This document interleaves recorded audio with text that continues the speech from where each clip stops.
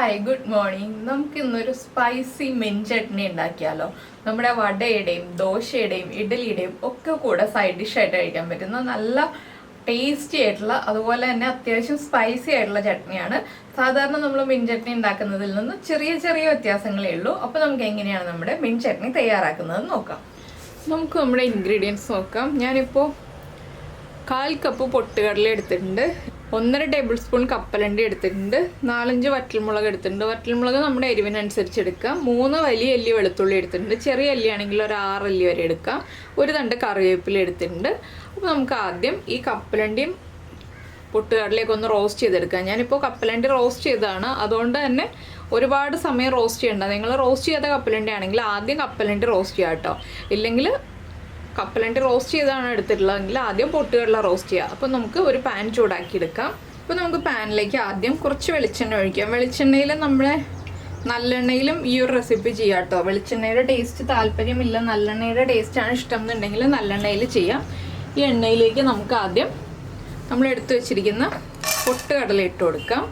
പൊട്ടുകടല ഒന്ന് ചൂടായി വന്നാൽ മതി, ഒരുപാട് സമയം കുക്കാവണ്ട.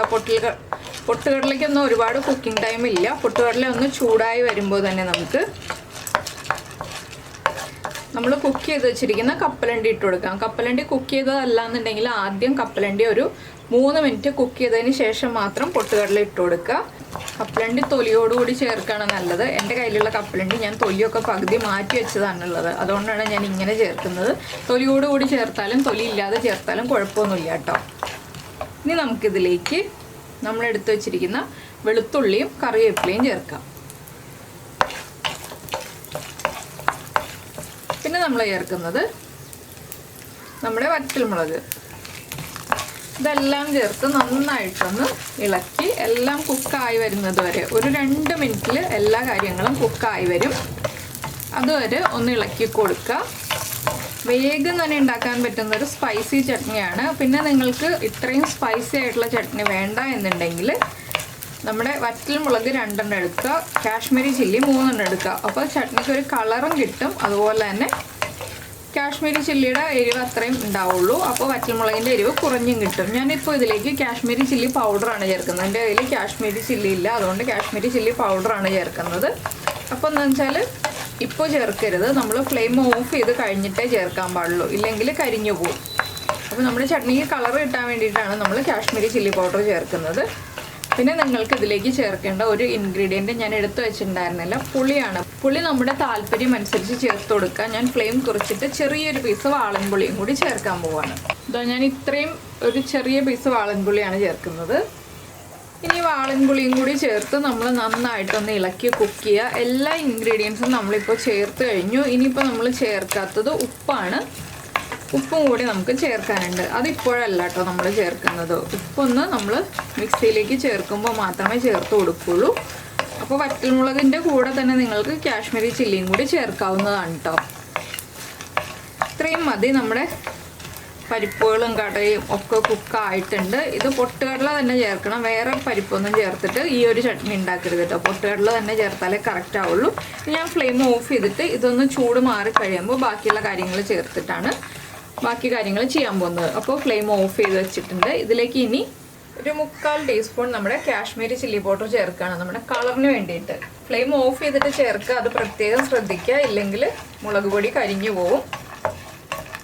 അത്യാവശ്യം ചെറിയ അളവിൽ മാത്രം എണ്ണ ചേർക്കുക, ഒരുപാട് എണ്ണ ചേർക്കരുത്. എണ്ണ ചേർത്ത് കഴിഞ്ഞിട്ടുണ്ടെങ്കിൽ നമ്മുടെ ചട്നിയുടെ ടേസ്റ്റിൽ വ്യത്യാസം വരും.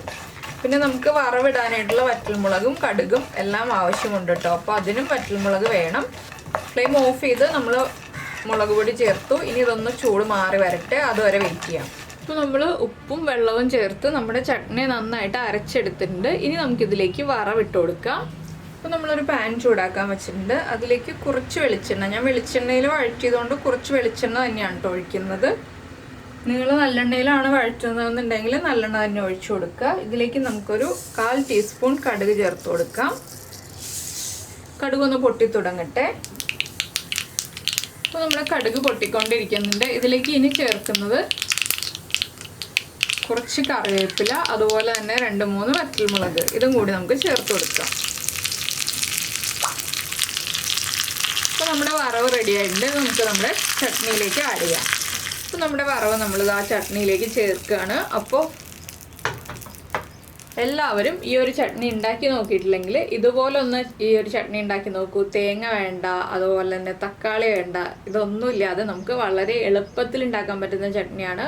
കുറച്ച് പൊട്ടുകടലയും കുറച്ച് കപ്പലണ്ടി ഉണ്ടെങ്കിൽ വളരെ ഈസി ആയിട്ട് നമുക്ക് ചട്നി ഉണ്ടാക്കാം. ഇഡ്ലിയുടെയോ ദോശയുടെയോ ഒക്കെ കൂടെ കഴിക്കാൻ പറ്റുന്ന ഈസി ആയിട്ടുള്ള ചട്നിയാണ്. അപ്പോൾ നിങ്ങളെല്ലാവരും ഉണ്ടാക്കി കഴിഞ്ഞിട്ട് നിങ്ങളുടെ ഫീഡ്ബാക്ക് നമ്മുടെ ഈ ഒരു വീഡിയോയുടെ താഴെ ഒന്ന് കമൻറ്റ് ചെയ്യണേ. അതുപോലെ തന്നെ ഈ ഒരു വീഡിയോ ഇഷ്ടമായെന്നുണ്ടെങ്കിൽ നമ്മുടെ ചാനലിൽ വീഡിയോ പ്രസൻറ്റ് ചെയ്ത രീതിയൊക്കെ ഇഷ്ടമായെന്നുണ്ടെങ്കിൽ നമ്മുടെ ചാനലൊന്ന് സബ്സ്ക്രൈബ് ചെയ്ത് സപ്പോർട്ട് ചെയ്യണേ. അപ്പോൾ വീഡിയോ ഇഷ്ടമായെന്നുണ്ടെങ്കിൽ ലൈക്ക് ചെയ്യാനും മറന്നു പോകില്ലല്ലോ. നമുക്ക് നമ്മുടെ അടുത്ത റെസിപ്പിയുമായിട്ട് അടുത്ത ദിവസം വീണ്ടും കാണാം.